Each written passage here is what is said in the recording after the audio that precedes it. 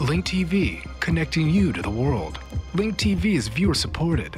Watch more at linktv.org.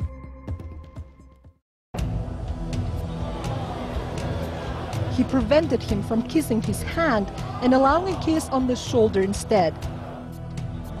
Power, politics, and the kiss. Next on Global Pulse.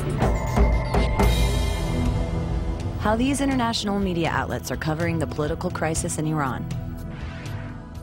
Iranian President Mahmoud Ahmadinejad and the Supreme Leader Ayatollah Khamenei are locked in more than just an embrace. They're in a power struggle for the future of Iran. But is their public spat really a split, or is it a ploy to ease tensions after Iran's disputed presidential election? The BBC found the answer in a paternal peck. They say they're like father and son. The Supreme Leader Ayatollah Khamenei has staked his political future on supporting President Ahmadinejad. But today the strain was showing in this complicated relationship, with an awkward prelude to Mr. Ahmadinejad's second term. It was all so much friendlier when he was first sworn in 4 years ago. Both Ahmadinejad and Khamenei took a hard stance toward the opposition movement, as France's TV5 reported. A dramatic trial underway in Tehran this Saturday as about 100 members of the opposition camp are being judged following participation in demonstrations. Among the accused are ordinary demonstrators, but also important members of the opposition camp, and not minor figures. Mohammad Ali Abtai is a former vice president. He and others affirmed that no election fraud had taken place. A complete contradiction to what he shouted in the streets, along with Iranian demonstrators. The trials may have provided a distraction from allegations of torture, rape, and murder of political prisoners, including the 25-year-old man who, according to Iran's Mehr news agency, died of repeated blows and harsh physical treatment. The Ayatollah ordered the closure of a prison at the center of the allegations, then went a step further, seeming to absolve the opposition leaders, as the government-controlled Press TV reported. Iran's leader, Ayatollah Sayyid Ali Khamenei, says he would not accuse the forerunners of post-election incidents for the unrest in the country. The leader said the forerunners should, however, know that the unrest was pre-planned by enemies, including Britain and the United States.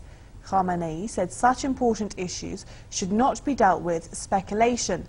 The leader also pointed out that crimes were committed during the post-election unrest, which would certainly be dealt with. A day later, Ahmadinejad was obliged to soften his position. Now, Iran's President Mahmoud Ahmadinejad has slammed the mistreatment of detainees following his re-election. Ahmadinejad urged the judiciary to bring those behind the mistreatment to justice. But in contradiction of the Supreme Leader, the president blamed the very political opponents the Ayatollah seemed to be letting off the hook. Ahmadinejad further emphasized that the judiciary must take serious action against what he described as the real perpetrators of the unrest. President Ahmadinejad didn't name the opposition leaders specifically, but he said the senior elements involved in the post-election unrest should be dealt with decisively. It should not be that the key elements enjoy impunity and security, and the less important get punished, said the president. Countering the president, the Ayatollah appointed a new chief of the judiciary who launched 2 investigations into the election aftermath. According to the New York Times, the investigations are another step by the president's more pragmatic hardline rivals to blunt his call for the arrest of reformist leaders.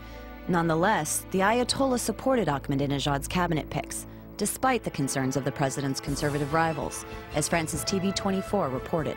President Mahmoud Ahmadinejad's fellow conservatives, they're criticising the inexperience of some of the president's cabinet choices.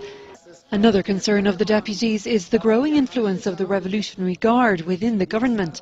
At least 3 of Ahmadinejad's nominees have ties with the Guard, which is a powerful ally of the president. So, are the Ayatollah and Ahmadinejad truly at odds?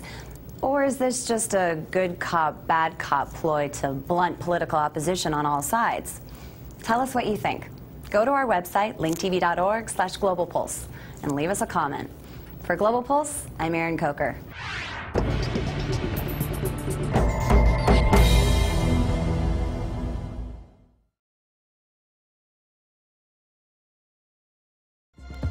Link TV is the only U.S. network dedicated to global and national news, uncompromising documentaries, and diverse cultural programs. Programs which connect you to the world. To learn more, visit linktv.org.